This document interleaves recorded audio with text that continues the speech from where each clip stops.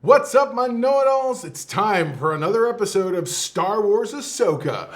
This was not a bad episode. It's a very short episode, though. Went fast. Yeah, it did go by very fast. Went Like 34-minute runtime or something like that. But we're going to get into it because, believe it or not, they packed a whole lot in this 34 minutes. Now, we normally call this kind of an episode a setup or bridge episode, but I'm okay with that because It was a good setup bridge episode. I'm telling you.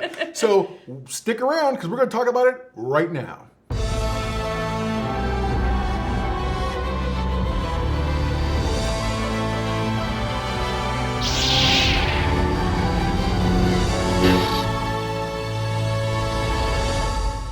Well, all right, this is part 3, and it's called Time to Fly. The episode takes place exactly where it left off. We open with Sabine, who's on the ship, and she's practicing very akin to in original in A New Hope, when Luke is training on the Millennium Falcon. But nothing's flying and pinging her? No, but she has Hu Yang, who's using hologram sword things. Right. Things. And so she's having to do moves. It's very Bushido, like this samurai feel.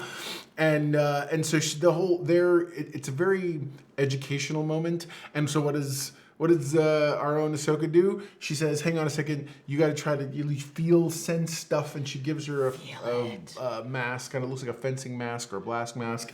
And of course, what does Sabine say? I can see nothing. And I'm like, that's so Luke Skywalker. So again, obviously. Does all Jedis win like that? They write? Well, I don't know. I'm not a Jedi. When George Lucas's adopted son writes it. And so, no, but it's good. I enjoyed it. So.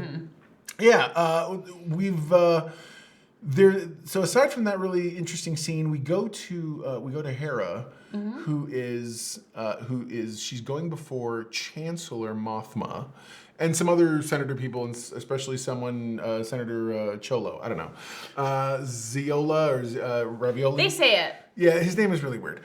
And so they go to, she's basically trying to get apparently more resources for her little mini group to go hunt down Thrawn.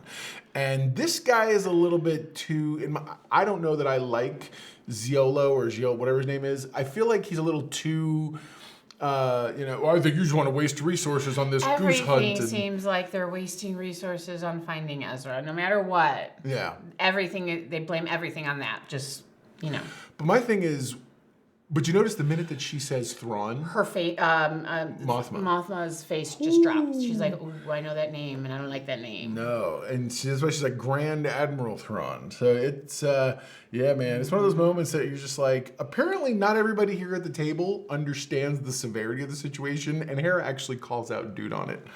And so it's one of those moments where you sit here and you go, okay, I see what you're all trying to do. So then you cut to this, we get to see Jason. We get to see We get to see Hera's son, which I thought was really interesting. It's a fun little callback and nod to some elements of the old shows. And I was really interested in the fact that it's seeing so many characters come to life. And then later on, of course, we get the other little interesting tidbit, which we get to see Purgles again up front. So we've seen. That was my introduction to them, actually. Oh, right which on. was really cool. Remember, I didn't watch Rebels or anything like that. Right. So that was an introduction of these air-flying whales. So then they arrive at that moon, and what they do, it's funny. A lot of this has echoes of A New Hope, and I'm okay with that. I really am. It's not like It's okay, because you want to say that's no moon. No, for real, for real. And so they finally get around. They're facing some. Shin shows up with some fighters, and that's that little Jedi chick, and so she's awesome. And so they're kind of. She is, and she's still evil looking. She is. So then what happens is they manage to identify the fact that there's a thing, and so Hu Yang starts scanning it as quickly as possible, trying to get as much of information as he can. Meanwhile, Morgan on the thing, which we believe from some speculation I believed it was a large hyperspace ring. You do get later on Hu Yang confirms that, which I thought was awesome because I'm like, who called it? Yeah, we did. And so it was very cool because it looks just like that little ring I was telling you guys about.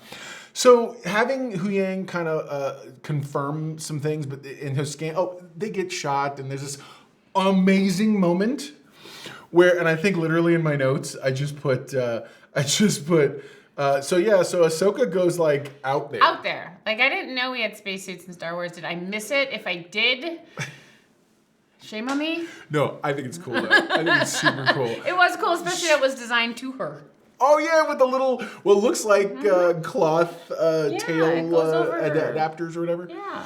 And so, but seeing her do essentially on the wing space Jedi fighting with a lightsaber was pretty dope.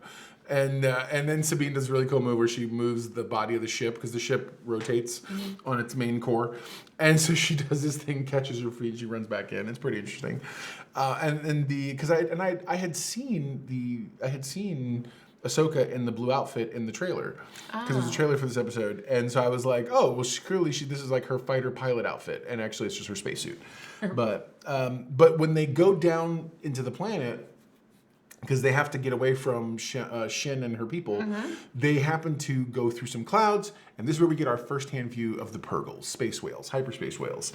And so when Dude wakes up, Hu Yang, he actually says, he's like, yeah, legend has it that there was once these super mega hyperspace lanes that followed the path of ancient space creatures known as Purgles. And so, of course, the ladies know this, but he's kind of like, oblivious to that fact. Yeah. But again, short episode, but I'm really excited. They're bobbing and weaving through the Purgle tails and whatnot, or the tentacles, and when they finally land, what's his face? Balin sends hunters after them. Yeah. Because they're hiding in the forest. So again, they've set up quite a few things very quickly in this episode. It was an entertaining setup episode. Yeah, I think it was a very entertaining setup episode. I wouldn't recommend someone start watching Ahsoka this episode. No, not at all. But it's worth the watch. Absolutely. One of the things I wanted to talk about briefly was all week long since last episode, all I've heard online is people sort of poo-pooing and being all like, these characters feel so different from the ones we knew. And I wanted to stop and go, well, first off, the ones you knew were in a show called Rebels. It was a very specific time. Yeah. And it's literally been about 15 years or so since that. Then. A lot happens in that time frame. People grow, people change. And so the fact is that it's fun. Somebody online pointed out the fact that Sabine is 30 and still behaving like she's a child is pretty interesting. Because basically, you think about it. There's also a really interesting part that I liked where Ahsoka says to her, most of your ability to fight comes from your Mandalorian training. That's right. You did point that out, and that clicked. Yeah, they have to be so disciplined and so mindful in their training that she really could use that type of discipline to start wielding the Force. And I don't mean not necessarily. Now I'm not talking about necessarily like all over the place. But the one thing that Ahsoka does say is that she makes a really good point is that the Force does permeate everyone and everything. Now she tells her flat out. She's like, talent does help, but you don't have to have that. Like at the end of the day, they can very easily. What it takes is more discipline than anything. Yeah. And if that's the one Which thing is what she has. Absolutely. She's got discipline. And I agree 100%. I think that she definitely has the ability she could turn that around easily. And I don't think she's going to be flinging the Force around on people, and they're probably not going out on the wing of a ship and fighting with a lightsaber. But I do believe that she could, so the test Ahsoka says is start with something small, which is try to move a cup. And what did she say? What did you say? You won this round. All I know is I kept saying, as she's sitting here holding her hand out, all I could see is like 12, 13-year-old me doing the same thing. Hell, I'm sorry, 30-year-old me back in the day, 40-year-old me sits here. Did you try it today? Remote control. He did. He does it all the time. He feels he may do that. Or I point. One day it's going to happen. I point until Baby Know-It-All suddenly goes, and puts it in my hand. You know what I'm talking about. Okay, you've played that way. Don't lie. Anyway, so all right, so there you go. Now you know. If no one's had the battle, you have to be know-it-all yourself. What are the know-it-all indices for this episode? It was a nice middle of the road episode. I feel like it was a good setup, but a lot of fun things happened. I'm giving this an 8. Okay. I figure a nice solid 8 for me. What are your thoughts? What are you going to give it? I think I'm kind of teetering between a 7.5 and an 8. Okay. I wanted to be more entertained. Don't get me wrong. I really had a lot of fun with this. It was great. It's a good setup episode. I think I'll go 8. I'm going to go 8. I'm going 8. So yeah, man, let me know your thoughts. Is there anything else that you thought that stuck out for you? What are you looking forward to? I can't wait to see how this, like I said, it feels very New Hope-ish, which Yeah. I'm okay with. Yeah. I'm fine with that. But and not in the New Hope-ish way, No, I got you. the regurgitated way we got. No, got it. Not like The Force Awakens. He said it. She's right though. No, she's right. No, it's I got the caddy the caddy woman moment. We're gonna get a lot of those, I think. Like it's bro. And for the So fact that much. what's his name calls him out on it. Yeah, totally. Hu Yang's like, really? Oh yeah, he's. Can you not hear David Tennant now too? I can't stop hearing him. Now that we know David Tennant's doing the voice of Hu Yang, which apparently he also did in the animated series, I was not aware of that. Oh really? Yeah, because Hu Yang came in after I stopped watching. So that whole I only saw I only watched the first 3 seasons of Rebels. Okay. And then after that, I life and everything. But yeah, man, I was very much I'm of the mind. I have a lot of thoughts moving a lot of different directions. I think Dave Filoni is building to something. I know we're getting a movie, some movie that's supposed to ultimately bring together the Mandalorian threads, definitely the Ahsoka threads, possibly have some. Yeah, kind of. I mean, 'cause I feel like they were all kind of. Right, and all living in that universe. Yeah. It's going to be something to do with either Baby Yoda of it all or whatever else. There's going to be. Oh my gosh! Can we get a Grogu movie? Sorry. Or get him in a movie. Yeah, He's totally. in a movie. So, I feel like these things are gonna come together, and I don't believe Thrawn's going to be resolved in this show, unless we get Thrawn quick, like in the next episode, maybe the next 2 episodes, and then you can ride out the rest of it. Maybe you get something, but I feel like you build up to him, you have some major thing, and then you leave us on the equivalent of a Star Wars cliffhanger. And then you go from there and you see what happens. Right, and you build, and then, because remember, Mandalorian ended with him on the farm chilling, waiting for the next adventure. That's true, yeah. So he's just waiting. Yes. He's probably teaching Grogu a little bit more stuff while they're Mandalorian stuff. Yeah, totally. Okay, not to mention the fact Bo-Katan is now the new leader pro tem of the Mandalorians. You have, and now we have Sabine's connection. I was gonna say all the key players are falling into place for. Oh yeah. For a good movie. I've heard also a lot of other people who continue to say this thing that, oh well, they felt really bland. They felt this and that. I don't know that any character, like I feel like I haven't seen, because I don't have a frame of reference really. I have no problem with how everybody's been behaving. Not because to me, like, again, I'm not super buddy with somebody I haven't seen for 15 years. You know what I mean? I may be like, oh yeah, now hey, how have you been? Okay, good. Things are good for you? You know what I mean? I'm a little questioning, but how have you been for the past 15 years? Oh, yeah. So what? It's not like you start. Yeah, right. A lot has happened. People's lives change. People grow. People, Absolutely. So yeah, I feel like it's one of those things where if everybody can sort of agree that the characters have evolved, sure. I think then nobody should have a problem accepting the characters are who they are now. One of the problems I am having with with some of the criticism is people assumed going in they had to know Rebels, and that I think put up a blindfold in front of them. Yeah.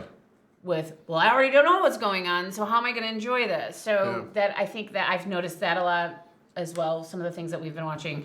Well, I know that I'm one that knows nothing about Rebels, and if I have a question, so I'll either look it up or ask him, or looking it up. What are you doing on your phone? I have a question. So that's right. That's awesome. No, but I just if you don't understand it, then but I haven't. I've done that maybe a couple times. That it's like, where does this person come in, or you even just be like, okay, so let me just tell you. I would have been fine without having that little bit of. So that's kind of annoying, actually. Fair enough. No, I hear you. So yeah, let me know. Comment below. Let us know what your thoughts are regarding the whole thing. How do you feel about the series? Does it have echoes of Rebels? Does it feel like it's not connected directly? Because you have to understand, if you were expecting a direct continuation of those characters, I mean, 15 time has years. passed. You have to understand. I feel like everybody's coming together and gelling well. Mm-hmm. I know we're not getting Hera right now immediately on this adventure because she said as much, but I hope that we will probably get more of her later. Because as the Thrawn of it all shows up and begins to become part of the story, I think eventually you're going to get. I believe, frankly, that Shiolo or Exizio, whatever his name is, I believe flat out. He's a problem. He's dirty. He's dirty. If he's not dirty, he's got to be some. And the thing is, that everybody should be suspect and should be suspicious because of how Palpatine took over. Everybody should be paranoid beyond words. The fact that in this point in time, they're so like, everybody's tired of fighting and we just don't have to fight. I'm like, if that guy shows up with a starship to screw with y'all, what are you talking about? Anyway. All right, guys, I'm sorry. I know I went a little long on this the discussion part, but I need you to understand I am very much in. I'm on board. I'm on board. I'm in this, man. He's on board. I'm on board. Yeah. So, all right, let us know what you guys think again. We'll talk to you very soon. Never forget. Everyone loves a know-it-all. That's right. Talk to you later. Bye.